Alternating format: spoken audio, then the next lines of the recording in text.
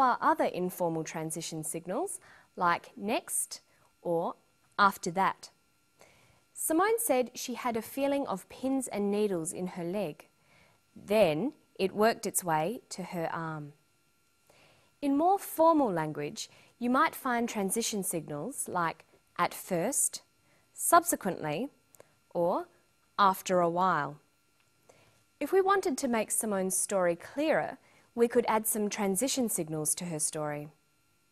If we were writing her story, we might use more formal transition signals. Simone had a feeling of pins and needles in her leg. Then it worked its way to her arm. We might say, at first, Simone had a feeling of pins and needles in her leg. After a while, it worked its way to her arm. Notice that transition signals like this are often followed by commas. Adding transition signals has made Simone's story clearer. You can more easily see the order of events. This is very important in formal language. Try to make sure you learn and use a number of different transition signals. Now let's have another listen to a clip of Simone talking about her illness. Pay attention to the type of sentences that Simone uses. Are the sentences simple, compound, or complex? It worked its way up towards my arm and across. I was just immobile. I couldn't move, I couldn't walk. I was paralysed on this side of my body. Most of the sentences that Simone uses are simple sentences. If we wanted to write an account of Simone's illness, we could join up some of these sentences to make compound and complex sentences. We form compound and complex sentences by joining simple sentences and phrases together. Simone says, I was just immobile. I couldn't move. I couldn't walk. But we could edit this to say, I was just immobile. I couldn't move or walk. Or, I was just immobile. I could neither move nor walk. Okay, now let's finish with a quick look at the words used in the clip. Listen to the clip one more time and then we'll talk about a quick way to build your vocabulary. Listen again. I was just immobile. I couldn't move, I couldn't walk. I was paralysed on this side of my body. Simone says she was immobile. The prefix im is used to make the opposites of words beginning with M or P. Im means not. So immobile is the opposite of mobile. It means not mobile. So we can have mobile and immobile, mature and immature, polite and impolite, patient and impatient. Knowing the opposites of words is very important. Many words just have a different word that means the opposite, like hot, cold, happy, sad, in, out, up, down. But other words take prefixes that mean not, like un, dis, in. Listen to some of the clip again, then we'll look at how a few more opposites are formed. The major signs of having had a stroke that most people would equate with is weakness, so paralysis of an arm, leg or face. In others it can be a loss of speech or an ability to communicate. He says a sign of a stroke can be an inability to communicate. He uses the in prefix, meaning not. Inability means not having the ability. And here's a few more opposites. She says she was physically fit, emotionally on top of the world. The opposite of fit is unfit. The opposite of emotionally is unemotionally. A great tip is to try to find words with opposite meanings. Some words have several meanings, so they have several opposites as well. A good thesaurus will really help you with this. And that's all from me today. Don't forget to practice forming compound and complex sentences, and remember to practice reading and writing in English every day. I'll see you next time on Study English. Bye.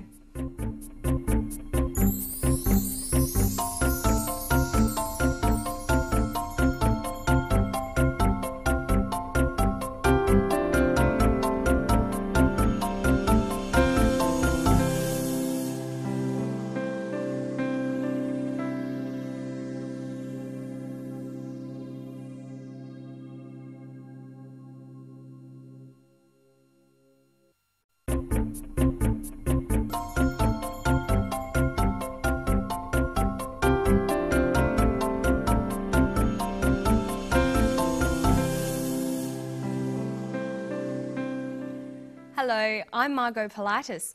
Welcome again to Study English, IELTS Preparation. Today we're going to look at cycles, at phrasal verbs, and then we'll finish with a bit of punctuation. But now here's a man who was a microbiologist and a mushroom grower. He's talking about mushrooms and the part they play in the carbon cycle. They occur naturally in the forests as wood-degrading fungi. That's their job. When trees die, they grow on the tree, they break down the lignin and the cellulose, which is the most resistant form of carbon, and they break it down, produce mushrooms, and in turn you end up with organic matter going back into the soil, and so the carbon cycle in the forest goes on. The speaker, Noel Arrold, is talking about how mushrooms grow naturally. They are an important part of the carbon cycle. But what is a cycle? A cycle is a process that is repeated over and over. It goes around and around. But how do we know this from listening to Noel? When trees die, they grow on the tree, they break down the lignin and the cellulose, which is the most resistant form of carbon, and they break it down, produce mushrooms, and in turn you end up with organic matter going back into the soil, and so the carbon cycle in the forest goes on. He says, and so the carbon cycle in the forest goes on. By saying the cycle goes on, he is telling us that this process happens again and again. At the end of the description, you need to signal that the process goes back to the beginning again. We can say the process goes on, the process begins again, the process repeats itself. In a cycle, there is no real end or beginning because the process just keeps going. When describing a cycle, we need to start somewhere, then describe in order each part of the cycle. There are many different ways of describing the stages of a cycle. We can use transition signals like when, once, then, or next. When speaking, you can also use pauses and intonation to describe a cycle. In written language, this becomes punctuation. Listen to Noel Arrold again describing the different parts of the cycle. When trees die, they grow on the tree. He says, when trees die, they grow on the tree. When trees die, comma, they grow on the tree. The first part of the cycle is that the trees die. The second part is that when the trees die, fungi grow on the trees. That's the next stage. When trees die, they grow on the tree, they break down the lignin and the cellulose, which is the most resistant form of carbon, and they break it down, produce mushrooms. Okay, he says that the fungi break down the lignin and the cellulose. They break down the tree. So the third stage is that the fungi break down the tree. Fourth, they produce mushrooms. When trees die, they grow on the tree, they break down the lignin and the cellulose, which is the most resistant form of carbon, and they break it down, produce mushrooms, and in turn you end up with organic matter going back into the soil. And so He says, in turn, organic matter goes back into the soil. In turn signals the next stage of the process. In turn means next or because of that. That's the fifth stage. The organic matter goes back into the soil. And then what happens? When trees die, they grow on the tree, they break down the lignin and the cellulose, which is the most resistant form of carbon, and they break it down, produce mushrooms, and in turn you end up with organic matter going back into the soil, and so the carbon cycle in the forest goes on. The carbon cycle in the forest goes on.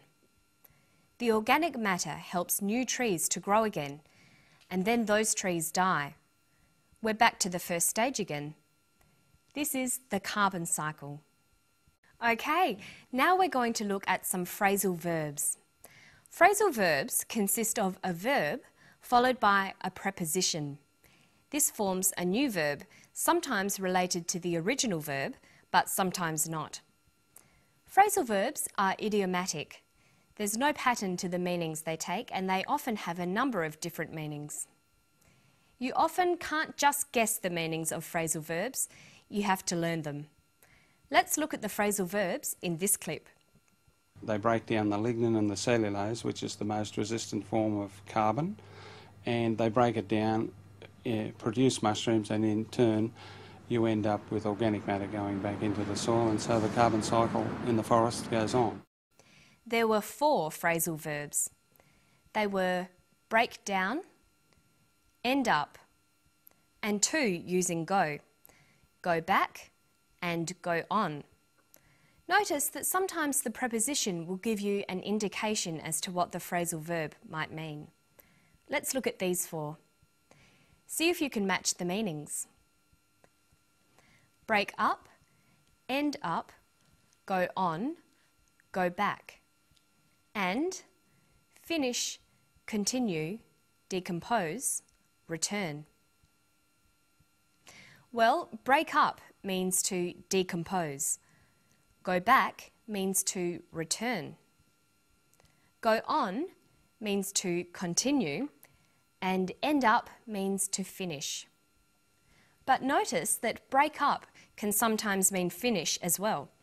We can break up from school.